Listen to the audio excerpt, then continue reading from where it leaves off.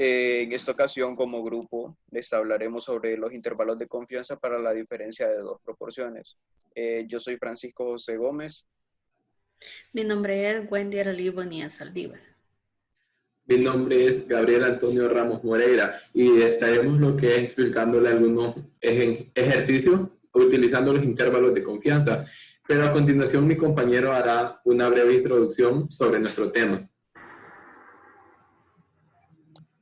Este es un tema que, a pesar de que tiene una fórmula bastante amplia, es bastante sencillo de entender, ya que no trabaja con una gran cantidad de datos, trabaja con proporciones de ellos. Primero tenemos que entender qué son los intervalos de confianza para dos proporciones. Los intervalos de confianza implican el uso del error estándar de la diferencia entre dos proporciones. Esto se utiliza más que todo en el ámbito de comparar un proceso tras una mejora, tras el cambio de una acción, tras el cambio de un proceso. Para eso se utiliza más que todo en el día a día, en nuestro caso que es la ingeniería industrial. Sirve también para brindarnos información acerca de la cual es la diferencia que existe entre las dos muestras. Es para poder comparar de manera numérica, de manera prácticamente entendible y justificable, la diferencia que existe entre dos procesos. Como por ejemplo lo podemos poner el rendimiento que tenía una máquina antes de que se le cambiara una pieza. Se toma el rendimiento que se tiene antes y se toma el rendimiento que se tiene después para saber si la mejora rindió frutos. La diferencia entre dos proporciones es un problema importante en este trabajo estadístico aplicado, ya que revisamos diferentes procedimientos de construcción mediante un estudio de simulación. Los analizamos, procedemos un índice para comparar los distintos métodos, analizando todos los niveles de confianza reales como las longitudes de intervalos.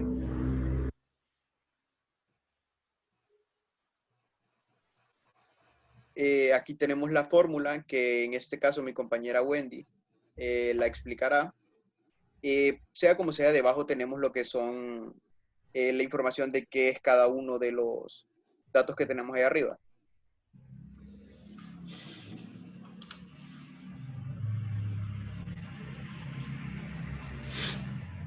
Bueno, como me corresponde hablar de la fórmula, en este caso sería P sub 1 y menos P sub 2, más menos igual a Z, ¿verdad? Como bien lo decía que P es... Espérate. Ahí tenés que ayudarme vos, Fran, porque vos fuiste la que le entendiste Vaya, más. en este caso podemos tener, ayudando a la compañera, de que P sub 1 o también se puede tomar como P sub N es igual a la proporción, ya que N es el resultado de dividir el éxito de un experimento sobre la muestra que se realizó. Luego tenemos Z, que es la distribución normal estándar, que también se puede representar como Z multiplicado por alfa sobre 2. Alfa es uno de los únicos valores en esta fórmula que sacaremos mediante otro pequeño procedimiento, que es una resta, que es 1 menos el índice de confianza, que se nos da por lo general en los ejercicios, y N es la muestra que se nos presenta en el mismo ejercicio. Tenemos que entender de una manera bastante técnica de que la fórmula se realiza siempre dos veces. ¿A qué me refiero con que se realiza dos veces? Si nos fijamos en la fórmula tenemos un más menos. ¿Qué quiere decir? Que vamos a obtener un valor con el Z positivo y un valor con el Z negativo.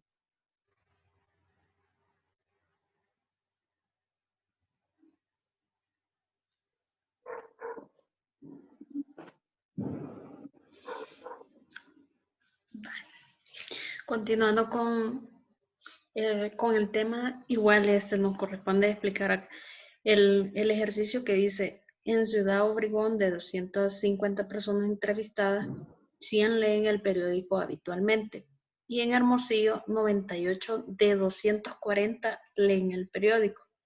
Al 90% de confianza en que la ciudad de proporción de personas que lee el periódico es mayor. Al calcular el porcentaje de éxito, tenemos P sub 1, que es igual a 100 personas que leen habitualmente el periódico, habitualmente en la ciudad de Obregón, que X sería de las 250 entrevistadas de N. P sub 1 sería 100 entre 250, da un total de 0.4. Tenemos también de P sub 2 de las 240 personas entrevistadas en Hermosillo, que sería N, 98 de ellas leen el periódico habitualmente, que sería P sub 2, que sería 98 entre 240, da un total de 0.408.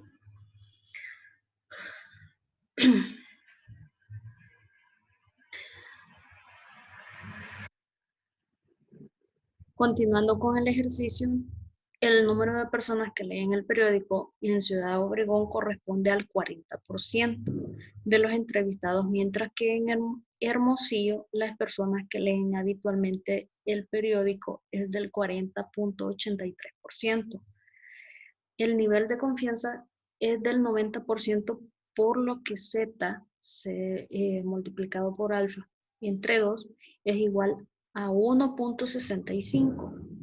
Cálculo de intervalo. El límite inferior sería que P sub 1 menos P sub 2, que ahí nosotros podemos calcular también con qué es el nivel de confianza, tanto como también de los 250 y los 240, también tenemos un total ahí de 0.08150.586. Ahí continuando también, ahí mientras calculamos el límite superior también tenemos el 0.066483.919. En conclusión del ejercicio, con un 90% de confianza, la proporción de personas que lee el periódico habitualmente es la misma en ambas ciudades, debido a que el intervalo de confianza se encuentra comprendido entre menos 8.15% y el 6.48%.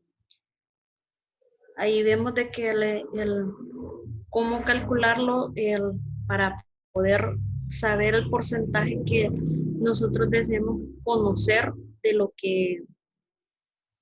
que nos pide acerca del ejercicio, que es conocer todas las personas que leen el periódico habitualmente.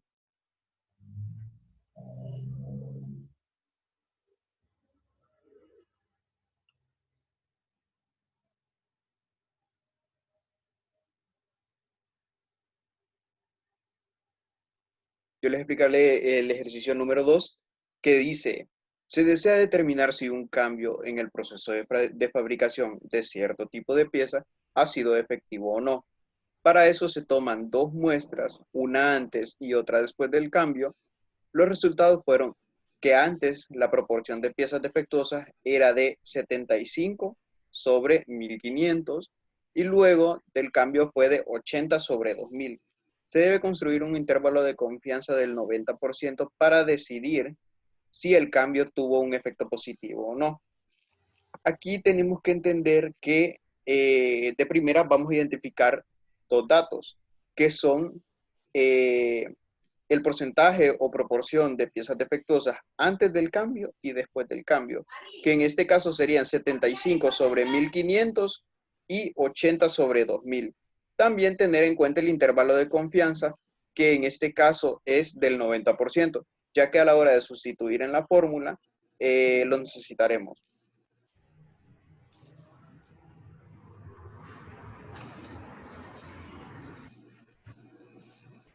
Primero que todo tenemos que sacar la proporción en porcentaje de los datos. La proporción es igual a el número de casos de éxito, en este caso de las piezas dañadas, sobre el número de piezas totales de donde se sacó el registro, que en este caso sería nuestra proporción o nuestra muestra.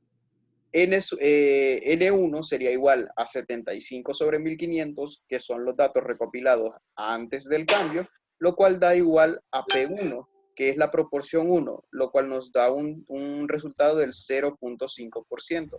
O sea, el 0.5% de esas piezas fallaba en cuanto tomamos la relación de los datos.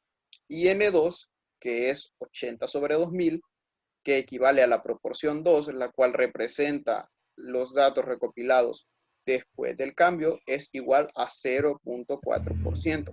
Todo esto recordando de que X es igual en el ejercicio, tabla o enunciado que se nos dé, siempre nos van a decir, o por lo general siempre nos van a decir, de que un número de piezas sale defectuoso de una proporción o de una población o muestra. En este caso vamos a ver los datos que se utilizan en la fórmula y los cuales ya tenemos. P1 es igual a 5%, que si lo pasamos a decimales sería igual al 0.05. P2, que es igual a 4%, que también pasándolo a decimales sería igual a 0.04. N1, como se los estaba mencionando, es la cantidad o la muestra de la cual se retiraron las piezas dañadas, que en este caso son 1500, las cuales representan los datos antes del cambio. Y N2, por ende, representan los datos recopilados después del cambio, que en este caso serían 2000. De 2000 piezas que se recopilaron, si recuerdan bien, 80 salieron malas. El único dato que nos toca obtener es Z multiplicado por alfa sobre 2. Este dato lo encontramos de la siguiente manera. Hay un valor que no es constante que tenemos que obtener, que es alfa.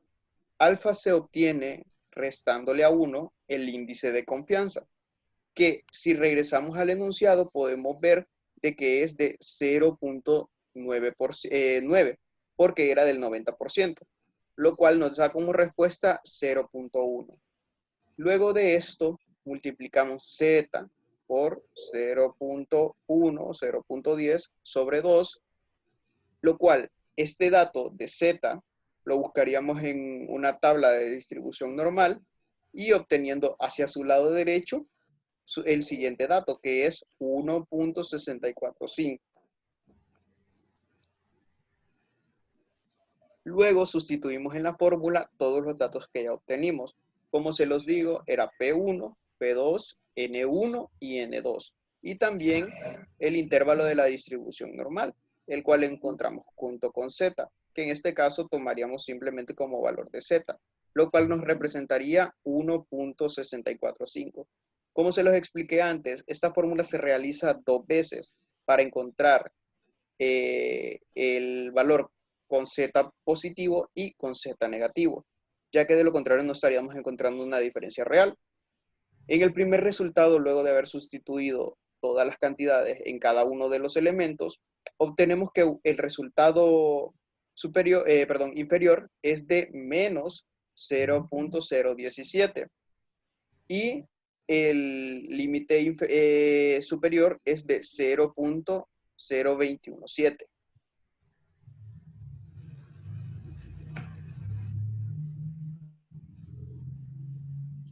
Es mi turno. Ahora, antes de seguir realizando los ejercicios, vamos a hacer lo que es una pequeña retroalimentación para por lo menos recordar los términos básicos y las principales funciones que tiene los intervalos. Y los intervalos de confianza es una técnica de estimación utilizada en inferencia estadística que permite acotar un par o varios pares de valores dentro de los cuales encontrará la estimación puntual buscada.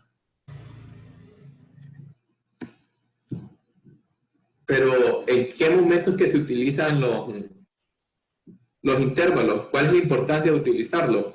Los intervalos nos permiten aproximar, una vez calculando el valor de la variable de la muestra, entre qué rango de valores se encuentra el valor real inaccesible de la variable en la población con un grado de incertidumbre que podemos determinar. Bueno, esas son definiciones básicas. Voy a seguir con lo que es el ejercicio. Y dice, En una muestra de 100 pacientes sometidos a un cierto tratamiento A, se obtienen 80 curaciones, y en otra muestra de 100 pacientes sometidos a otro tratamiento B, se obtienen 90 curaciones. Este es un ejemplo sencillo en el que podemos ver que en cada grupo de pacientes hay 100 que se someten a diferentes tratamientos. Y entonces nos pide calcular e interpretar el valor de confianza del 95% de la diferencia de proporciones de pacientes que mejoran. Después de construir el intervalo, diga cuál es el mejor tratamiento. Calcular el porcentaje de éxito. Vaya, lo primero que tenemos que hacer es encontrar N1. Para eso lo que tenemos que hacer es, como podemos ver en el literal A, hay 100 pacientes al principio, los que se someten a tratamiento, y entonces hay 80 curaciones. Y lo que tenemos que hacer es tomar los 80 curados y dividirlo entre el total de pacientes, que serían 80 dividido entre 100, sería un total de 0.8. Ese sería el primer dato. El segundo sería, de 100 pacientes sometidos, son 90 curaciones, que sería un N2 total de 90 dividido entre 100, que serían 0.9. El tratamiento A tiene un 80% de éxito, mientras que el tratamiento B tiene un 90% de éxito, debido a que la confianza es del 95% del valor zeta alfa dividido entre 2 es igual a 0.96. Ahora lo que tenemos que hacer es el cálculo del intervalo. Primero, calculando el límite inferior. Como mi compañero explicó en la misma fórmula anterior, aquí tenemos la misma fórmula y solo sustituimos con diferentes datos. Podemos ver el P1 y P2, que son los datos que conseguimos al principio, dividiendo 80 entre 100 y 90 entre 100. Luego, el 1.96, que es el valor que obtenemos de aquí, de la confianza, multiplicado por la raíz, y luego solo sustituimos en la fórmula y nos va a dar un total de 19.8%. Y el límite superior, pues, siguiendo el primer cálculo, se siguen los mismos pasos. Y entonces nosotros ya lo tenemos con las respuestas ya aquí, para no hacerlo tan tedioso. Pero podemos ver que en el primer porcentaje nos da 19.8% en el límite inferior, y en el límite superior nos da un 0.2%. En conclusión del ejercicio, el intervalo se encuentra comprendido entre menos 19.8% y menos 0.2%, por lo que con un 95% de confianza puede concluirse que la población que se sometió al tratamiento B tuvo mayores casos de éxito, por lo que este tratamiento es el mejor. Muchas gracias, esta ha sido mi exposición. Haciendo un pequeño de hincapié en lo que dijo mi compañero, voy a explicar rápidamente de manera un poco más entendible para qué son los intervalos. Los intervalos se utilizan más que todo para revisar el dato o la diferencia numérica que existe entre dos procesos, como se los dije al principio. Aquí lo podemos ver más claro. Se tuvieron pacientes, la misma cantidad en ambos casos, pero en uno se curaron 80 y en el otro se curaron 90. Nosotros lo podemos ver en este momento como un simple ejercicio, pero también esto se puede aplicar en el día a día. Una farmacéutica puede probar un medicamento de un compuesto que cure la misma enfermedad que otro, pero para sustituirlo en el mercado tiene que saber si esto va a mejorar el funcionamiento de este tratamiento, ya que si van a curar menos que el otro, no les genera una confiabilidad o una rentabilidad hacia el público. Esa es una forma de aplicarlo en nuestro día a día y lo podemos aplicar en muchas cosas varias. A la hora de que nosotros realicemos un cambio de un proceso a otro que nos genere el mismo beneficio y queramos saber si eso nos ayuda a ser rentable lo que estamos haciendo.